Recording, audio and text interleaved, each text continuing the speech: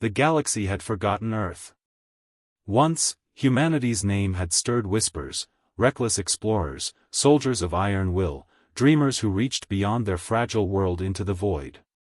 But centuries of isolation had dulled their flame.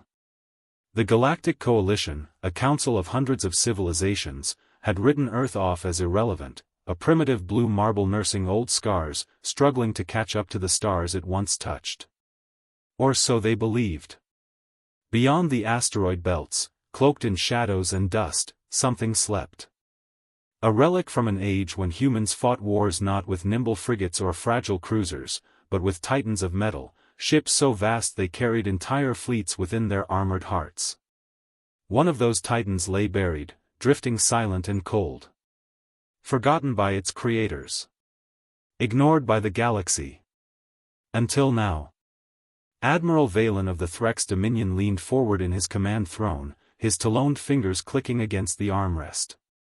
Before him, the tactical hologram pulsed with the steady blips of coalition fleets converging. They had not gathered by accident. Whispers had spread through the stars, Earth had stirred. Earth had defied. Insignificant planet, Valen hissed, mandibles flexing with disdain. Their audacity ends here. He was not alone in his contempt. The coalition saw Earth as a nuisance, a race too stubborn to submit, too weak to resist. But the humans had done something unthinkable. They had denied a demand for resource tribute. Worse, they had repelled a probing fleet. A probing fleet of theirs. That single act of defiance was enough. The coalition moved to teach Earth a lesson in obedience. On Earth, silence filled the war room beneath the Andes Mountains. Screens flickered with grainy feeds of orbital deployments, fleets of alien warships assembling like a storm on the horizon. Humanity had not faced such a threat in centuries. Panic should have consumed the chamber. Instead, there was only focus. At the head of the table stood Commander Elena Rourke. Her voice was quiet, yet it carried the weight of decision. "They think we are weak," she said. "They think Earth has no teeth left." The generals, the scientists, the diplomats, they all knew the truth. By conventional measure, Earth was outmatched. Their fleets, though brave, were a fraction of the coalition's might. Their weapons, though fierce, were outdated compared to galactic standards. But Earth had something the coalition had forgotten. With a gesture, Rourke activated the wall display. Schematics filled the room, an outline so colossal it dwarfed every warship on record. The officers stared in silence, hearts pounding. "Project Aegis," Rourke whispered. "The last of our supercarriers. Lost, but not destroyed." Gasps spread. Legends of the Aegis had lingered like myths, stories told to cadets about a ship so vast it carried fleets within itself. A ship built not for deterrence, but for survival, constructed when humanity first clashed with alien empires centuries ago. The coalition believed it destroyed. But Earth had hidden it. Preserved it. Waiting. And now, it was waking. Deep within the Oort cloud, machines stirred. Engines that had slumbered for 300 years rumbled as fusion cores reignited. Hull plating, scarred and pitted by time, glowed as repair drones scuttled across kilometers of armor. Vast hangar doors, sealed since the old wars, groaned open. Inside, ranks of strike craft blinked to life, their targeting systems aligning like soldiers rising at attention. The supercarrier Aegis opened its eyes. From a distance, it appeared less a warship than a floating continent. Nearly 30 kilometers from bow to stern, armored in layered alloys that even modern weapons struggled to pierce. Its spine bristled with weapons batteries, rail cannons the size of skyscrapers, missile silos vast enough to house cities. But most terrifying of all was its purpose, it was a fleet within itself. Inside its cavernous hangars, hundreds of human warships waited, silent guardians, ready to launch at a single command. The coalition saw its awakening too late. "Admiral," cried a Threx sensor officer aboard Valen's flagship. A signal, massive energy surge detected in the outer Sol system. Valen snarled, mandibles clacking. Identify. The officer's frill stiffened. Vessel, unknown configuration. But the scale, it cannot be correct. Admiral, it is larger than anything in our records. For the first time, silence fell over the Threx bridge. Even hardened warlords felt their pride tremble. On Earth, Commander Rourke's voice echoed across secured channels. This is Earth Command. To every soldier, every pilot, every citizen, we do not fight for conquest. We do not fight for glory. We fight for our home. The Aegis thundered forward, its ancient engines leaving shockwaves in the void. Human fleets rose in formation, no longer scattered, no longer prey. The coalition had come to remind Earth of its place. Instead, Earth would remind the galaxy what humanity truly was. The sleeping giant had awakened. And the stars would never forget. The void between stars had always been silent, but now it trembled. From the edge of Sol system, the Galactic Coalition's armada advanced, a storm of steel and plasma, thousands of warships in perfect formation. Their engines burned like a false dawn, blotting out the natural beauty of the heavens with menace. At the front, Admiral Valen's flagship, Dominion's Fang, cut through the dark. He watched as his fleets fanned out, confident, overwhelming. To him, the humans were insects before the flood. And yet, unease twisted within him.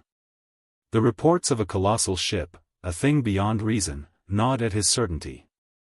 Admiral, said his officer, crest frills twitching. The anomaly has moved. It approaches. On the holoscreen, a shadow grew. Vast. Impossibly vast. At first, many officers mistook it for an orbital fragment, an asteroid out of place. But then the details emerged, hull plating stretching for kilometers, a prow like the blade of a god, hangar bays aglow with crimson light. The Aegis. It did not drift. It strode. Each thrum of its engines carried the weight of a leviathan roused from its slumber. For the first time in centuries, humanity had brought forth its titan. On board the Aegis, Commander Elena Rourke stood at the command dais. The bridge stretched like a cathedral, its vaulted ceilings lit by the glow of tactical readouts. Around her, officers worked in tight, steady silence, their faces pale but resolute. Status? Rourke asked. Primary reactors stable, reported Chief Engineer Imani, her voice sharp with tension. Weapons batteries at 70% and climbing. Fighter wings ready for deployment. A comms officer turned. Coalition fleet within 20 million kilometers. Admiral Valen hails us. Rourke's jaw tightened. On screen. The holoprojector flickered, revealing Valen's snarling visage. His mandibles clicked with disdain as he beheld her. Human, he spat. You wield relics of a forgotten war, as if rust and memory will save you. Submit now, and perhaps your species will be allowed to endure as servants. Rourke did not flinch. Her voice was steel. Admiral, you misunderstand. This is no relic. This is a promise, one humanity made long before you ever looked our way. We will not kneel. We will not yield. And Earth will not be ignored. The channel cut. Silence lingered for a heartbeat. Then, Rourke gave the order that would be etched into the galaxy's memory. Launch all wings. The Aegis came alive. Hangar doors the size of cities yawned open, spilling forth swarms of fighters and corvettes. Squadrons streaked into the void, engines blazing, their formation precise, disciplined. They did not resemble the ragtag militia the coalition expected. They were soldiers born of Earth's last war, carrying weapons tuned for annihilation. The coalition fleet reacted instantly. Warships reoriented, plasma batteries charging, missile silos opening. The black between the two forces bloomed with fire. The battle for Earth had begun. At first, numbers seemed to favor the coalition. Their volleys filled space with blinding energy, carving trails of destruction. Smaller human vessels were torn apart, blossoms of flame scattering across the void. Valen bared his fangs in satisfaction. But then the Aegis answered. Its rail cannons fired, colossal rods of metal accelerated to near-light speeds. One round speared through a Threx battlecruiser, ripping it in half before its shields could register the impact. Another slammed into a destroyer squadron, erasing them in a single thunderclap. Then came the missile swarms. From hidden bays along its flanks, the Aegis unleashed torrents of warheads, each one splitting into dozens of submunitions. The coalition's shields flared, buckled, then shattered under the onslaught. Ships scattered, their perfect formations broken, as the humans pressed forward with terrifying coordination. And above it all, the Supercarrier loomed, not merely a ship, but an entire warfront made flesh. On the bridge of the Dominion's Fang, chaos reigned. Officers shouted reports, claws scraping consoles. They are overwhelming sectors 3 and 5. Shields down on the Ravager. It's gone. Admiral, their carrier, our weapons barely scratch it. Valen's mandibles ground together. His pride warred with the icy edge of fear. Never, never, had the coalition met resistance like this from a single world. This changes nothing, he roared. Press the attack. They cannot sustain this. But even as he spoke, doubt gnawed. Could they? Could a forgotten world truly defy the might of the galaxy? Inside the Aegis, Commander Rourke gripped the railing, watching the tactical displays. Losses mounted, ships she had sworn to protect burning in the void. But her resolve never wavered. They're breaking formation, reported tactical. Coalition forces are retreating from engagement range. Not retreating, Rourke said softly. Regrouping. She was right. Across the sector, the coalition pulled back, their fleets reforming into tighter lines. It was no rout, it was preparation. They would return in force, heavier, angrier. Rourke knew what was coming. This was only the first test. The real storm had yet to break. But for the first time in centuries, humanity had not been crushed beneath the heel of galactic power. They had stood, they had struck, and the galaxy now knew that Earth was no longer a backwater. Still, the coalition had not shown its full hand. And the Aegis, mighty though it was not invincible. As the humans regrouped, Rourke allowed herself one moment of silence. She looked upon the Earth below, blue, fragile, beautiful. Let them come, she whispered. We are ready. Above her, the Titan of humanity waited, engines burning against the dark. The first battle had ended in shock and awe. The next would decide everything. The galaxy held its breath. Word of the battle spread faster than light itself, carried on panicked transmissions and intercepted signals. Across coalition space, fleets and diplomats scrambled to make sense of the impossible. A human warship, a single warship, had shattered one of their grand armadas. Not a relic. Not a myth. A reality. And the galaxy trembled. But the coalition was not broken. Not yet. Valen, humiliated but unbowed, rallied his allies with venomous fury. The humans had drawn blood, now the coalition would drown them in fire. More fleets surged toward Sol, reinforcements from across the stars, dreadnoughts and carriers by the hundreds. They would not underestimate Earth again. On board the Aegis, Commander Elena Rourke stood at the heart of her bridge, surrounded by the steady hum of systems long thought lost to time. Her crew worked tirelessly, exhaustion etched into their faces but burned away by grim determination. Reports poured in, enemy reinforcements, weapons inventories, losses sustained. The numbers were clear. Humanity was outnumbered 10-1. And yet, Rourke's voice never wavered. They think this ship is our strength, she said, addressing her officers. They're wrong. We are our strength.